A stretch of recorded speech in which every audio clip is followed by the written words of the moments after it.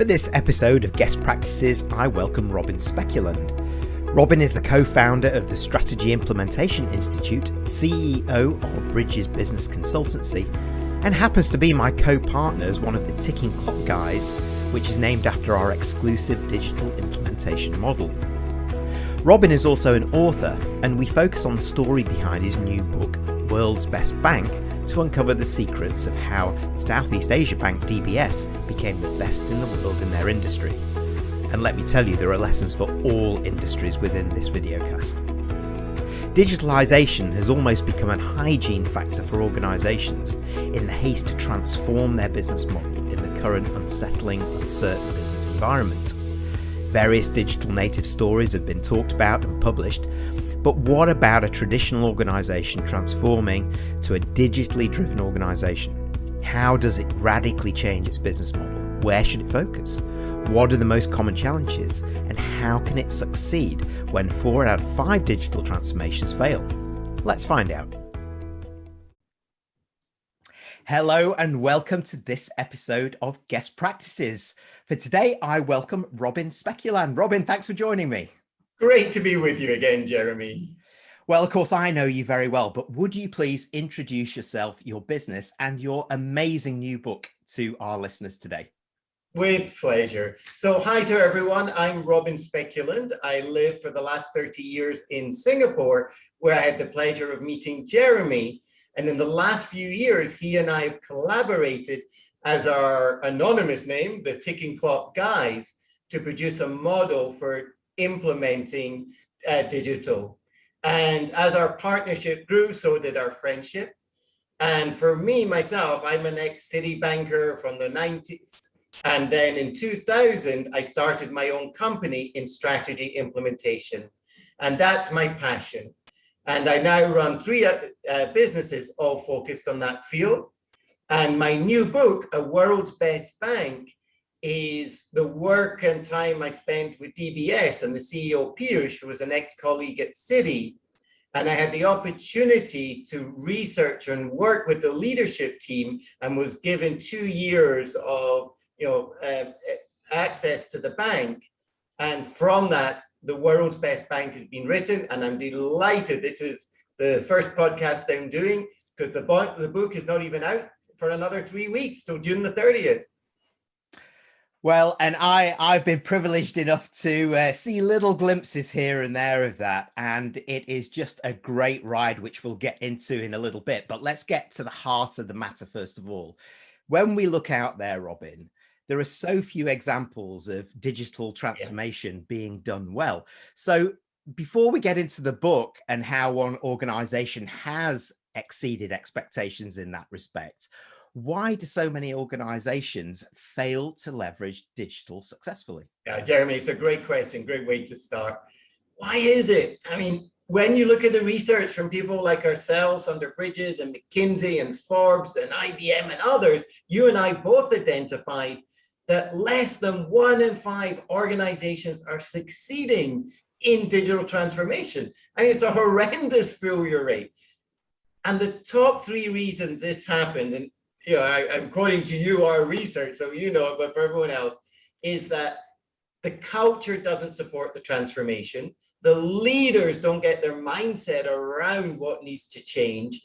And an organization thinks, well, I'll automate my processes. I'll put in some chatbots. But no, it's about redesigning your whole process. And there's so many moving parts involved, even under the name digital. We have to learn about AI, coding, Python. We've got to learn about data analytics, how to do hackathons, conduct customer mapping, become data-driven. And then on the transformation side, we've got to learn how to transform in a digital world. And when you put those 2 together for digital transformation, that's why this is such an enormous challenge for organizations and leaders. And I'm not surprised because we're often, as you're talking there, of course, I reflect on some things that we've talked about a lot, which is this isn't digital transformation. In fact, it's whole business transformation. Yeah.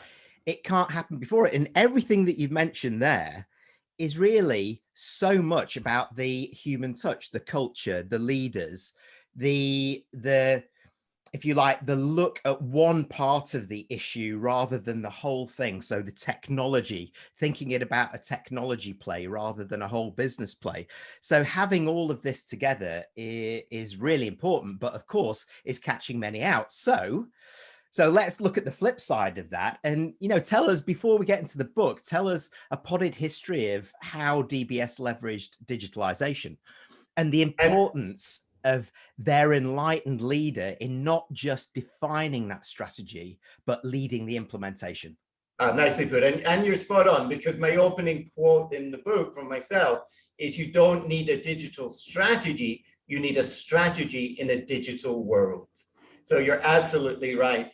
And DBS 7 years ago, back in 2014, they preempted almost every other bank in the world. And they saw that the new technologies were an opportunity. Now, what do I mean by that? At that point in 2014, banking was a burden. On your day off, you had to take care of your banking. It was a hassle. You'd have to get in your car, drive down to your local branch, find a parking space, possibly walk in the rain, then find a form to fill in, find a pen that worked. And that's before you even got to the desk with the queue and then had just to do a simple transaction. And there was a research done, it was published in Times Magazine, that said 73% of people would prefer to have root canal than visit their local branch. So what was the problem? Well, DBS recognized that if people saw banking as painful, they could reverse this. And the enlightenment from the leadership was, they were sitting together in their annual meeting and they said, well, what's the opposite of pain? Is joy. Let's make banking joyful. And that was the name of the strategy and the approach that was then taken to leverage the new technologies to make banking invisible and joyful for their customers. Wow. And the first thing that you said, it's about a strategy in a digital world. We are in that, and the pace of change is so quick. But the point about having a root canal as preference to visiting a bank, I do get actually from some of my experiences. And what a way to talk about banking, making banking joyful or making banking invisible. It just brings the human touch back, doesn't it, into the center of it. And it's when we say the human touch, I mean, inside the book, World's Best Bank, it's based around the 3 strategic principles that they use to transform. And these strategic principles are generic, not just for banks, but any organization. And that is about re-architecting your technology, being customer obsessed, and looking at the culture. And of course, when we talk about the people component, it's both the customer and your internal customer, and creating joyful experiences for the employees, which they've done because it's become one of the best places to work as well.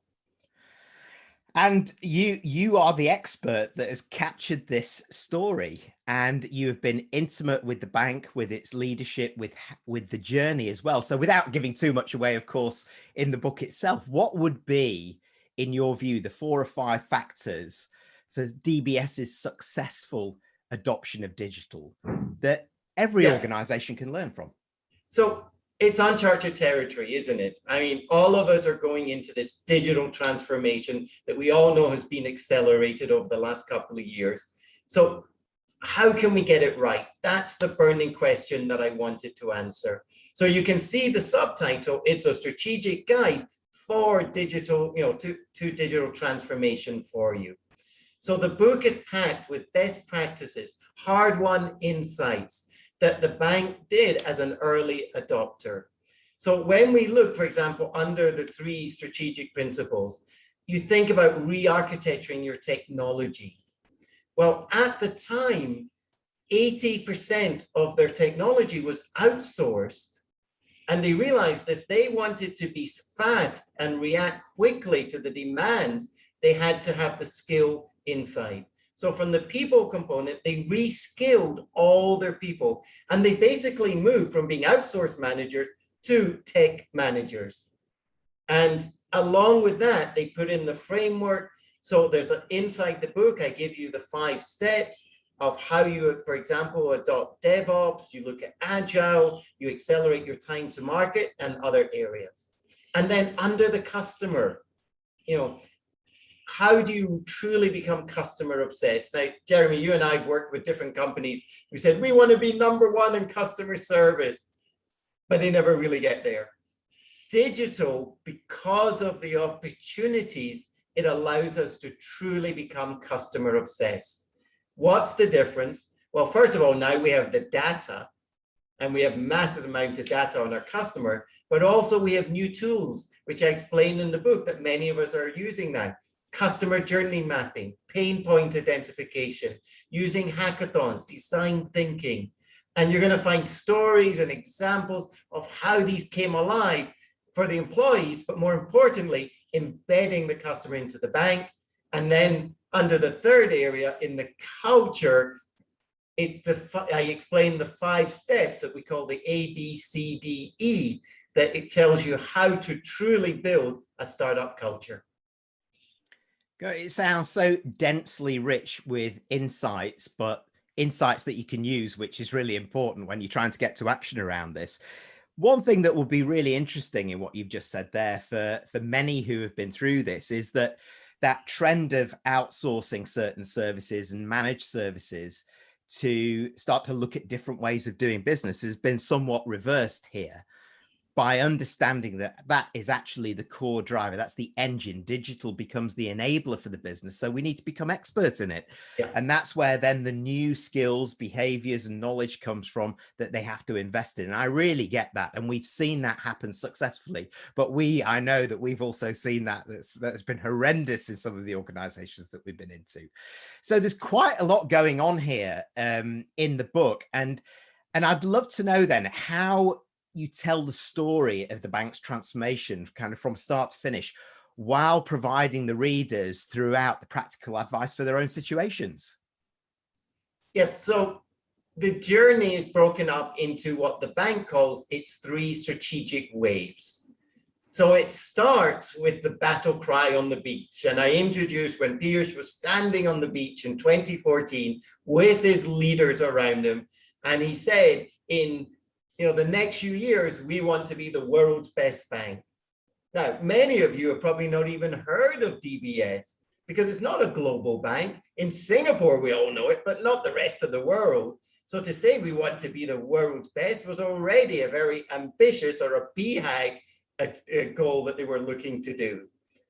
Why did they want to achieve it? Because they recognized that technology would transform the industry. And in fact, Jeremy, they created a revolution. They've revolutionized the way banking has done. They didn't set out to do that, but that's what they achieved. So that's the introduction. And I introduced how the first strategy, which was building their Asian presence, laid the groundwork. Then in the second strategy, under the digital wave, I cover the 3 areas that we've talked about, which is the architecture of the technology, being customer obsessed, and the culture as a startup. And then also, just as I was about to publish 12 months ago, we all know what was happening globally. And the CEO, Piyush, asked me to add in how they responded to COVID and what happened with sustainability. So then I end the book with the final focus on how a bank responds to sustainability and COVID.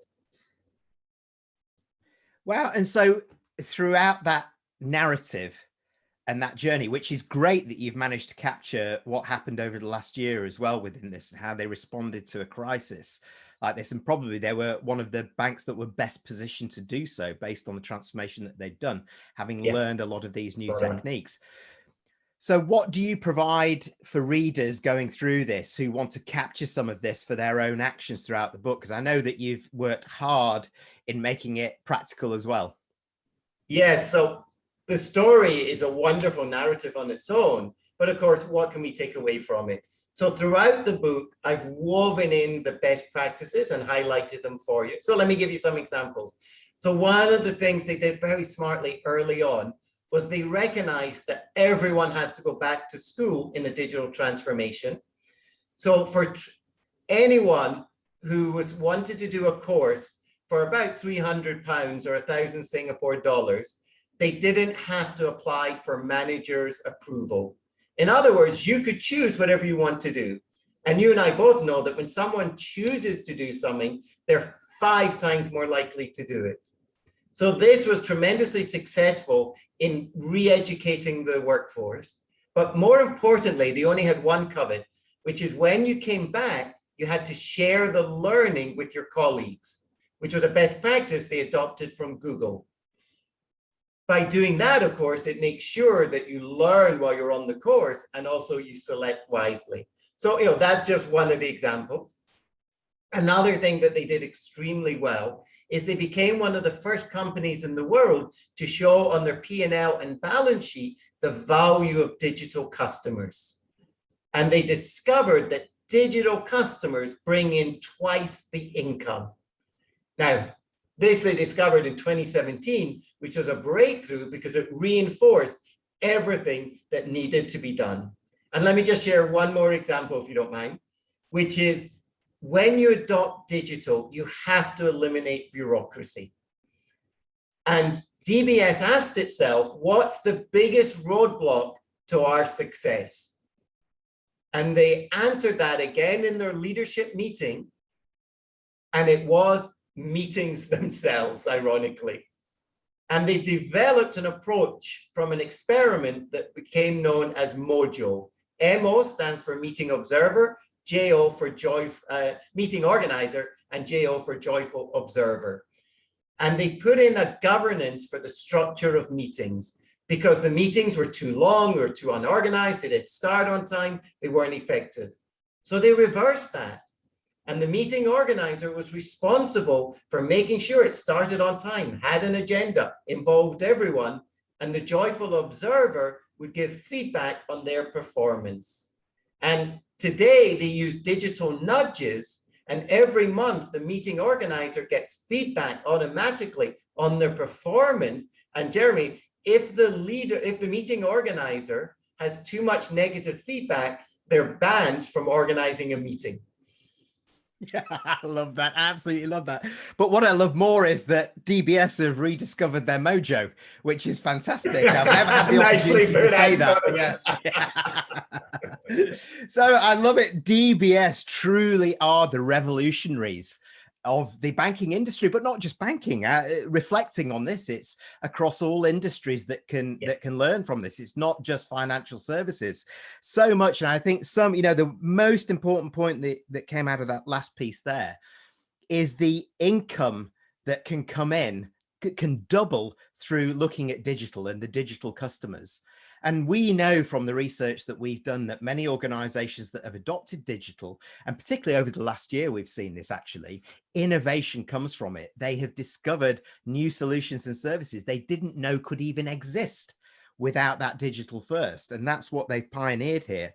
And I think that's great that, they've challenged the norms of doing business, and in the way that we talk about it, they've challenged the 20th century way of doing business, and they've started to adopt and walk the talk around 21st century business. And I have to add on to what you just said, because you're now running almost like your own business, which of course makes you your own inner CEO.